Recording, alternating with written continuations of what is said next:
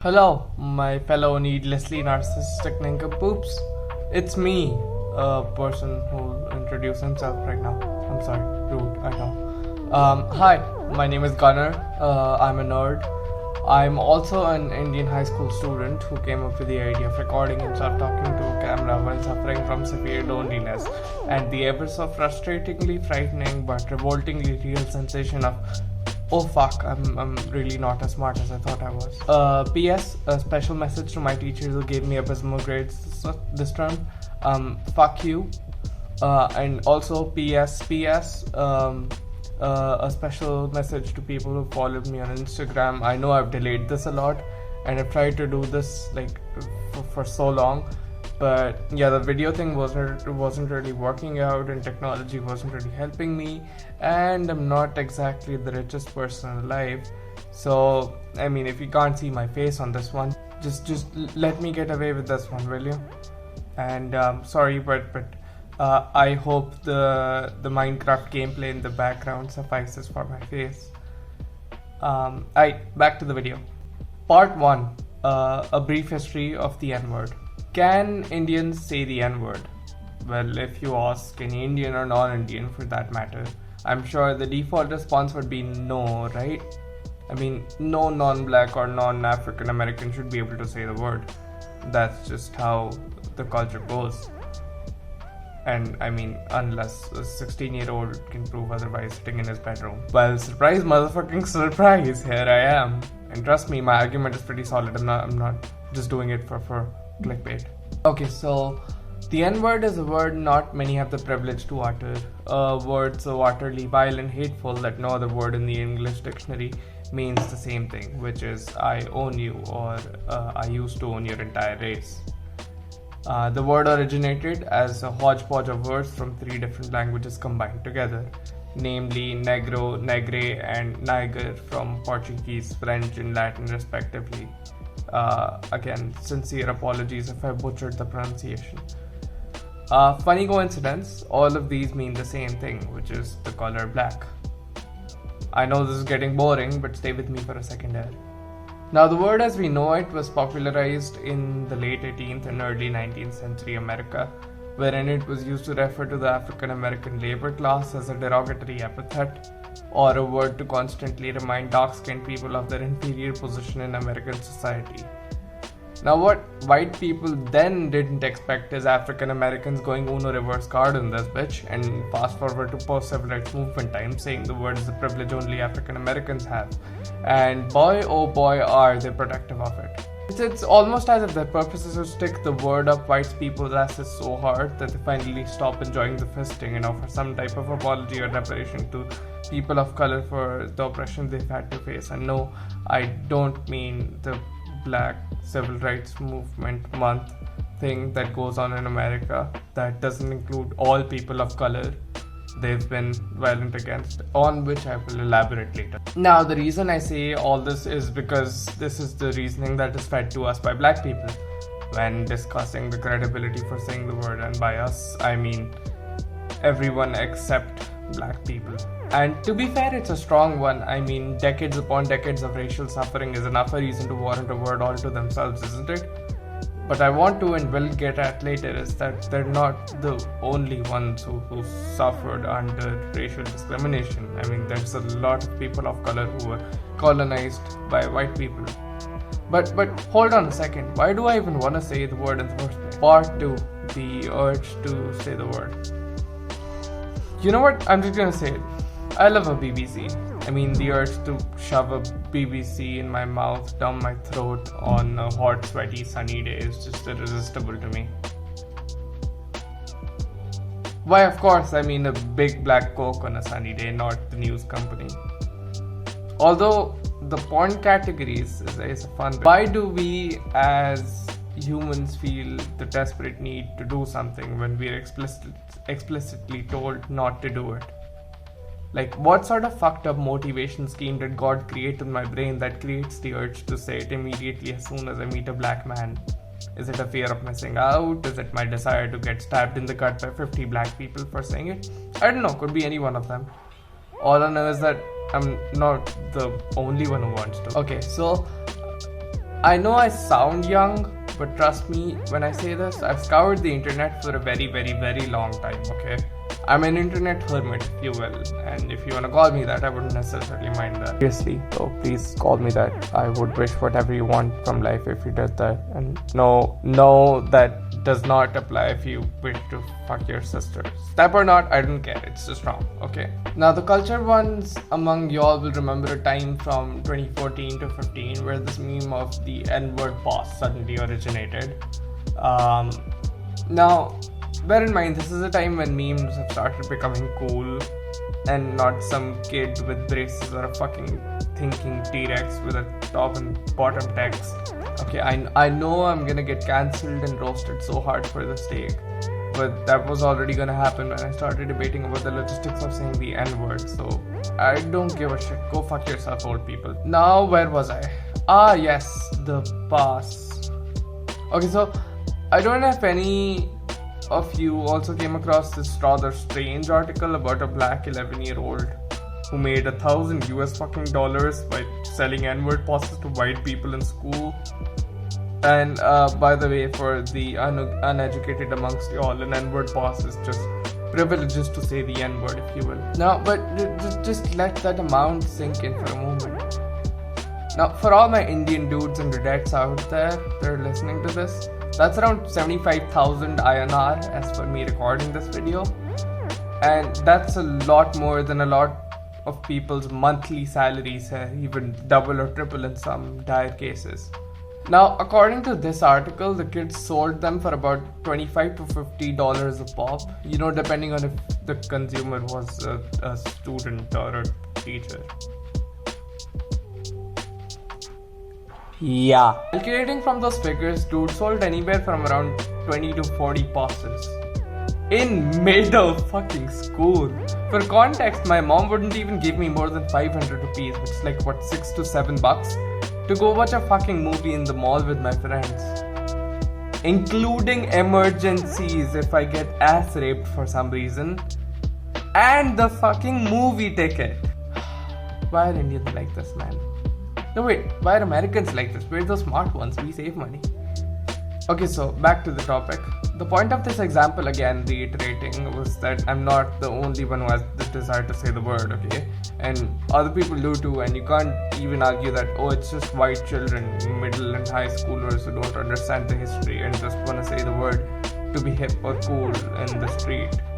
Because even the teachers were buying them, who were adults and who know what the reason is. All I'm saying is it's entirely human to do or want something when we are told explicitly not to do it, even when we clearly know the consequences of performing that activity. I don't know why, but our brains are just wired like that, man. But why I picked white people specifically in this example was for two very specific reasons, okay? One of them was to point out the inherent stupidity of their desire. They're willing to insult and dehumanize the entirety of the black race just to get some street cred or look cool because they get to say the word. Now, I know this has been said before and people have rightfully so said that the past doesn't exist, but I just want to mention it for the sake of the video, which leads me to my second reason, which is to differentiate myself, my nationality and my historical background from these pasty-ass white people who listen to a rap song and start saying the word without any consequence.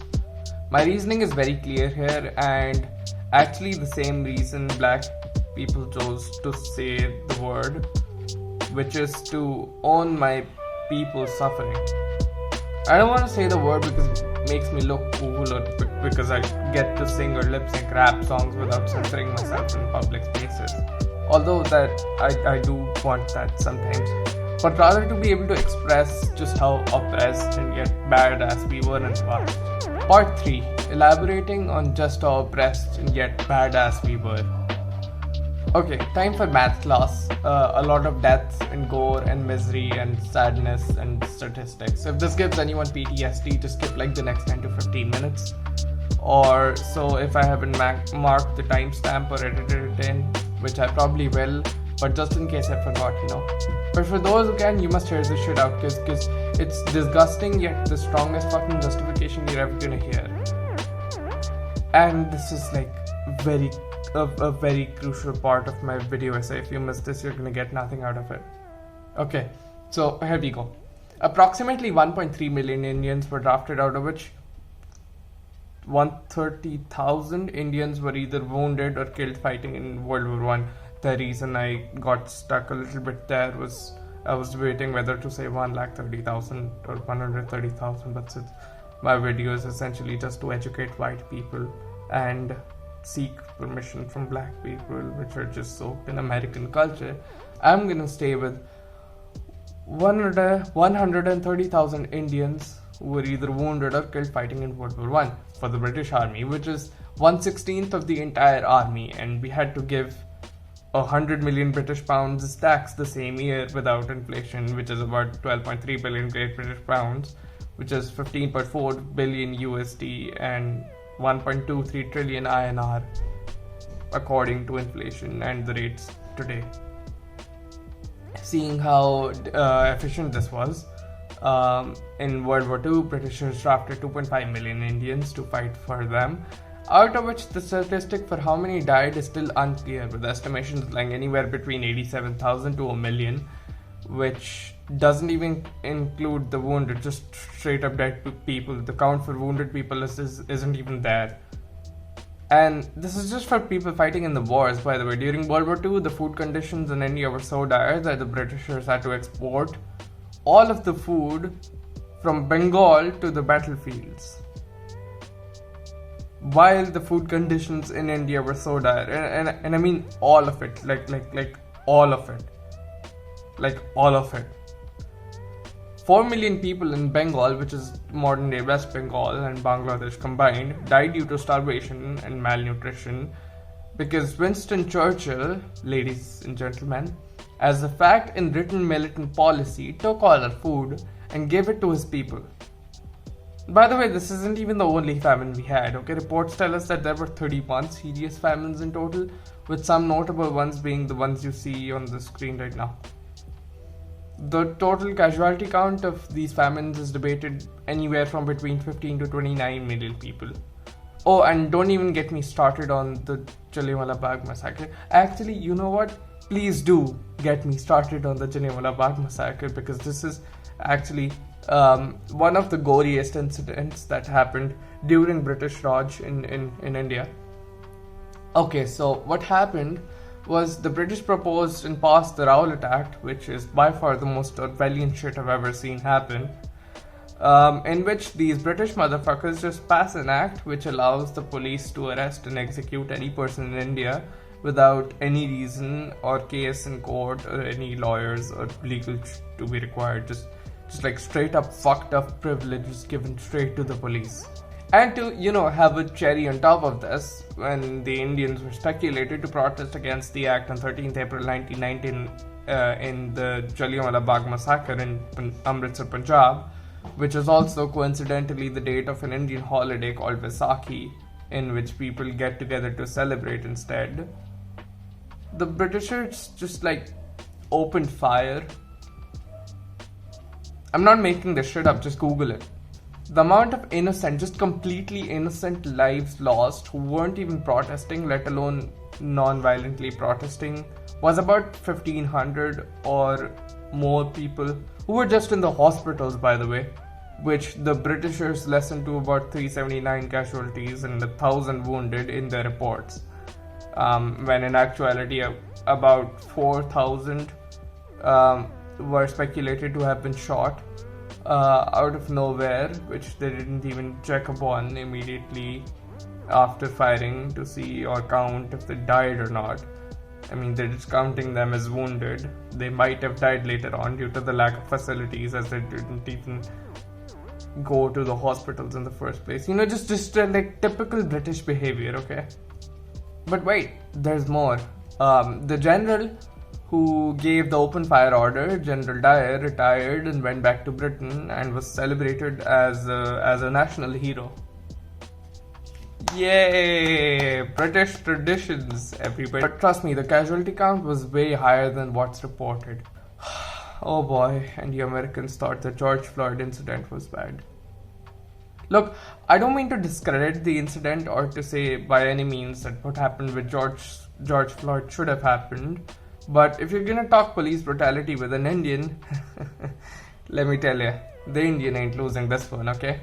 I mean, of course, until he was assassinated by Udham Singh. You will be respected forever in my heart, Udham. I shall never forget you. We also just made a sick-ass movie on the dude, if you wanna check it out. It's called Sardar Udham. Go ahead, pirate it and shit. And in this case, the message and the awareness is more important than the money you give to the director. But I would highly recommend you do so because we rarely get these gems in Indian cinema. Okay, so what I mean to say is that this is but a fraction of our suffering overall, okay? The few incidents which were like terrible enough to make it into the limelight. And I haven't even mentioned the amount of money, which is, by the way, 45 trillion US dollars, adjusted to inflation, which is an absolutely bonkers amount. And add to that the culture, prestige, and natural resources, which we were just straight up robbed of. And don't even get me started on the split between India and Pakistan, okay? Don't get me started on that, because that warrants an entire different video essay to itself. If you want more information on these facts that I've just listed, you can go watch Shashi Tharoor's 2015 speech at the Oxford Union. Link and citation in bio. Part 4. Conclusion. Why we should be allowed to say the word. Okay, why I'm telling you all this should also be very clear. I said this before and I'll say it again. We suffered a lot. And suffering on the basis of race is practically the only major justification black people gave for being able to say the word. So, I mean, there you go. Oh, and if you say that we did suffer in the past but aren't suffering right now, first of all, that's so stupid. That's just like a fucking retarded argument. Because A, the justification isn't that black people are suffering now, it's that they suffered before the civil rights movement. And second of all, modern day racists aren't just gonna let a slightly fairer version of black people go. They're still just bad to us as you all, but our suffering just doesn't make it as much into the mainstream. So to conclude all this, I just want to say that as far as my knowledge goes, which may be limited or biased, again, I'm not perfect. If you want to correct me, just leave a comment. We suffered equally, if not more than black people, okay? And I'm not trying to promote any sense of hatred, comparison, anger, or of superiority towards the black people, but just a simple sense of jealousy, you could argue, and a source of inspiration, because to me what they've done, just by excluding white people of the right to say one word, just one simple word, is so effective and encapsulates all of those emotions in itself. Is the strategy to me is just plain genius, okay? And what I propose we should do is, instead of making Indian students cram all of our tragic history in schools as a source to merely graduate and get grades, and by the way, yes, all of the information I've just listed is mentioned in Indian history textbooks from, I would estimate, grade 4 to 9, 10. At least that's how long I've been in the Indian education system till I shifted to the International Baccalaureate, which is cause for a whole other video essay. But back to the topic. I propose that we should supply Indian people a medium to encapsulate our rage and anger and all our suffering in the past, and encapsulate in a big fuck you to Britain, and a simple source to do it, instead of an Indian high school student writing a 2600 word long essay in his bedroom because he has nothing else to do. After all, the British government hasn't even tried addressing the suffering and has issued no apology for, a fact both me and Shashi Tharoor are pissed about. And till the time we come up with an easy method to do so, such as a word of our own, I request my fellow black friends to allow us access to this word that does so much of what I'm sure I've and millions of other Indians like me have wanted to do, and allow me to finish off the essay by saying this. I hope I've justified why we should be able to say the N-word, to other Indians, black people, or any other person who has suffered under the white man and showcase what we mean to say when we say it. But still, if any of you have a valid argument of why not, of why I shouldn't use the word, please reach out to me on my Insta or contact me anywhere, literally. But until that happens, until next time, I'll see you in the next one. Bye!